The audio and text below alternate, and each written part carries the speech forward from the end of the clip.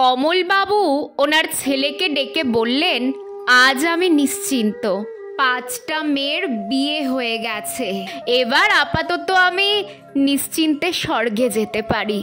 শুধু একটাই দুঃখ থেকে গেল, বাজারে অনেক ধার দেনা হয়ে গেছে, যেটা তোকেই শোধ করতে হবে বাবা।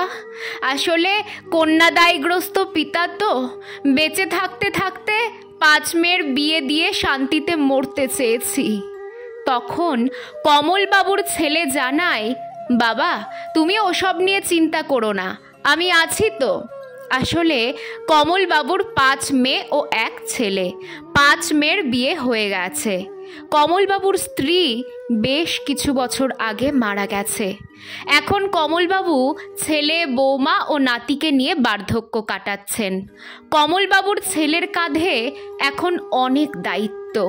বৃদ্ধ বাবা, স্ত্রী, সন্তান ও বোনেদেরও দেখাশোনা করতে হয়। তার উপরে মাথার ওপরে আছে বাজারে অনেক টাকার ধার।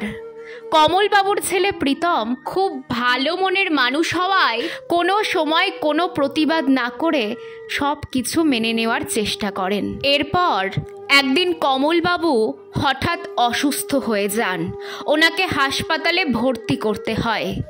আজ সপ্তাহখানেক হলো কমলবাবু হাসপাতালে ভর্তি। 5 মেয়ে একবার করে এসে বাবাকে দেখে গেছে।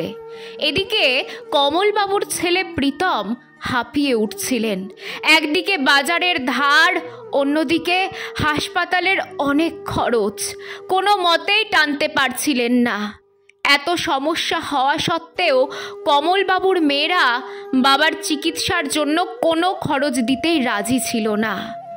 তাই একদিন রাতে প্রীতমবাবু তার স্ত্রীকে বলে, বাজারে প্রচুর ধার দেনা হয়ে গেছে, কিছুতেই আমি আর টানতে পারছি না। আমার এই কষ্টগুলো কাকে বলবো বলো? তাই তোমাকেই বলছিলাম, তোমার বালাজোড়া যদি বিক্রি করে কিছু টাকা আনা যেত, তাহলে বাবার ওষুধের খরচ আর কিছু ধার দেনা শোধ করা যেত। প্রীতমবাবুর স্ত্রী প্রথমে রাজি না হলেও পরে স্বামীর এমন অবস্থার কথা চিন্তা করে তার শখের বালাজোড়া স্বামীর হাতে তুলে দেয় বিক্রি করার জন্য। প্রীতমবাবু স্ত্রীর বালাজোড়া বিক্রি করে বাজারে কিছু ধার দেনা শোধ করেন আর বাবার জন্য ওষুধ আনেন। কিন্তু এর মধ্যেই কমলবাবু পরলোক গমন করেন। বাবা মারা যাওয়ার 1 মাসের মধ্যেই 5 মেয়ে জামাই আসে বাবার পৈতৃক সম্পত্তি সমান ভাগে ভাগ করার জন্য। প্রীতমবাবু ভেঙে পড়েছিলেন বোনেদের এরকম কথা শুনে। আসলে প্রীতমবাবু ভেবেছিলেন পৈতৃক সম্পত্তি যতটা আছে কিছুটা বিক্রি করে ধার দেনাগুলো শোধ করে দেবেন। আসলে এই ধার দেনাটা হয়েছিল মূলত এই 5 বোনের বিয়ের সময়। কিন্তু বোনেরা 5 জন লোক ডেকে বাবার যতটুকু পৈতৃক সম্পত্তি ছিল সবগুলোকে সমান 6 ভাগে ভাগ করে নিয়ে নেয়।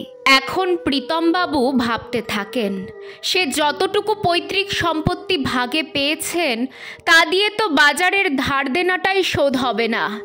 আগামী দিনগুলো কিভাবে তার কাটবে? এই সব ভাবতে ভাবতেই তিনি কান্না করতে থাকেন। কি অদ্ভুত এক নিয়ম না আমাদের সমাজের!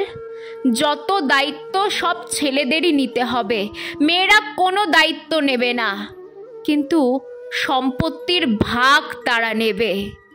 আসলে আমার মনে হয় পৈতৃক সম্পত্তির ওপর যদি ছেলে মেয়েদের সমান অধিকার থাকে তাহলে এমন আইনও থাকা উচিত যে বৃদ্ধ বয়সে ছেলে যেভাবে তার মা বাবাকে দেখাশোনা করবে সমানভাবে একজন মেয়েও তার মা বাবাকে দেখবে, বিশেষ করে যারা সম্পত্তির ভাগ নেবে। এ বিষয়ে আপনাদের কি মতামত জানাবেন।